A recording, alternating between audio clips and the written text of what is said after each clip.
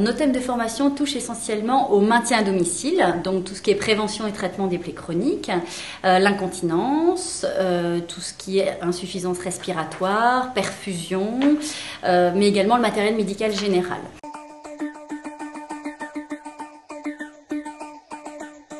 Donc pour chaque formation, nous avons en fait 4 points fondamentaux. Tout d'abord, nous abordons des notions théoriques qui sont très utiles au comptoir, comme par exemple la mise en place d'une échelle de Norton ou une échelle de risque d'escar, pour justement faire en sorte que les dispositifs que la pharmacie va délivrer soient bien conformes à l'état du patient et qu'en cas de contrôle a posteriori par la sécurité sociale, la pharmacie puisse justifier de leur adéquation par rapport à l'état du patient.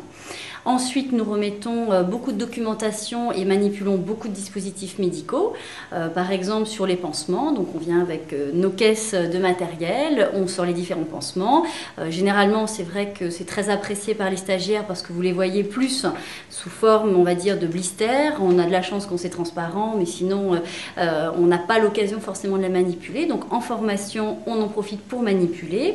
Et le fait également de remettre tout un ensemble de documentation liée au thème permet un gain de temps très important pour l'équipe officinale et également, on va dire, une analyse sur le thème. Comme ça, on a un discours vraiment impartial. Et le 4e point important, c'est la mise en place de fiches procédures, de fiches conseils. Donc quand le stagiaire sort de l'une de nos formations, il a en main tout ce qu'il faut pour appliquer cette formation au comptoir directement.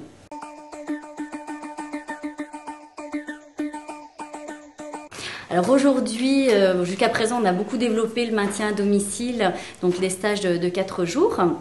Actuellement, donc, nous mettons en place le rôle de la pharmacie dans la prise en charge du patient cancéreux. Donc, c'est une formation qui aujourd'hui a effectivement beaucoup de succès parce qu'il y a beaucoup de produits qui sortent de la réserve hospitalière et beaucoup d'attentes des équipes officinales pour savoir comment prendre en charge un patient, à la fois au niveau de son traitement, mais également dans la gestion des effets secondaires et d'une façon plus générale dans sa prise en charge à domicile. Quelles aides existent, quels remboursements, vers qui se tourner. Donc on aborde cette formation-là avec une prise en charge vraiment globale. Et d'ailleurs, si vous avez la possibilité, nous intervenons sur ce thème-là à Pharmagora le samedi 4 avril prochain à 11h30.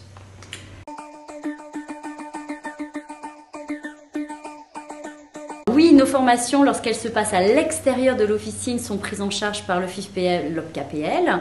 En revanche, aujourd'hui, il n'existe pas de prise en charge pour les formations sur site. Donc parce que nous faisons également beaucoup de formations d'application des thèmes directement à l'officine.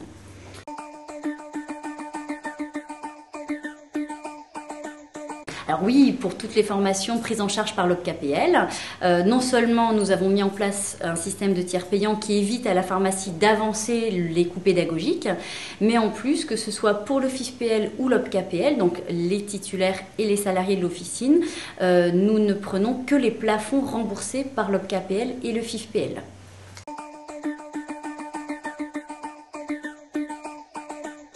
Alors oui, il y a une très grande motivation, surtout avec le DIF qui est arrivé, avec une obligation, on va dire, de formation. Malgré tout, ce qui serait vraiment intéressant, c'est d'avoir derrière un contrôle de la mise en place d'un plan de formation dans chaque officine.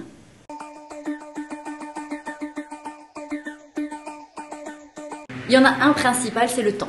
Le temps parce que y a beaucoup aujourd'hui de pharmacies qui aimeraient envoyer leur personnel en formation, mais avec les 35 heures, avec les baisses de marge, on a beaucoup en fait de pharmacies qui fonctionnent à flux tendu et donc de ce fait, il est très difficile d'envoyer une personne pour 1, voire 2, voire 4 journées à l'extérieur de l'officine. Ça demande vraiment une très grande motivation de la part du titulaire et bien sûr du salarié.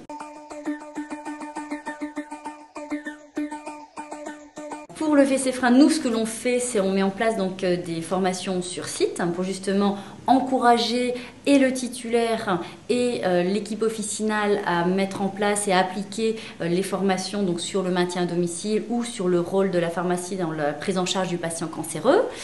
Et ce qu'il faudrait faire, c'est vrai que ce serait bien de reconnaître au niveau gouvernemental le rôle pivot du pharmacien dans le MAD. Donc une indemnité qui permettrait aux pharmaciens de passer du temps pour le maintien à domicile de ces patients, parce que c'est une activité qui est vraiment très chronophage et qui demande, on ne peut pas prendre en charge un patient en 3 minutes au comptoir et faire du maintien à domicile sans aller à domicile, honnêtement, c'est quelque chose qui est inconcevable.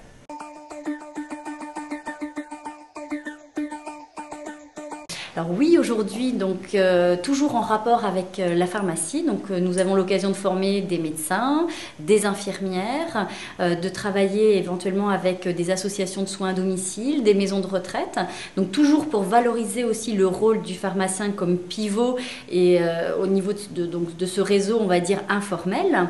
Également avec des réseaux de soins qui existent. Je vois par exemple dans le Nord, à Valenciennes, on travaille beaucoup avec l'association Diabéno, donc pour le suivi du patient diabétique, et grâce à cette association, nous avons mis en place dans les officines des dépistages et notamment avec un rétinographe mobile, permettre l'accès aux soins aux personnes donc suivies par l'officine.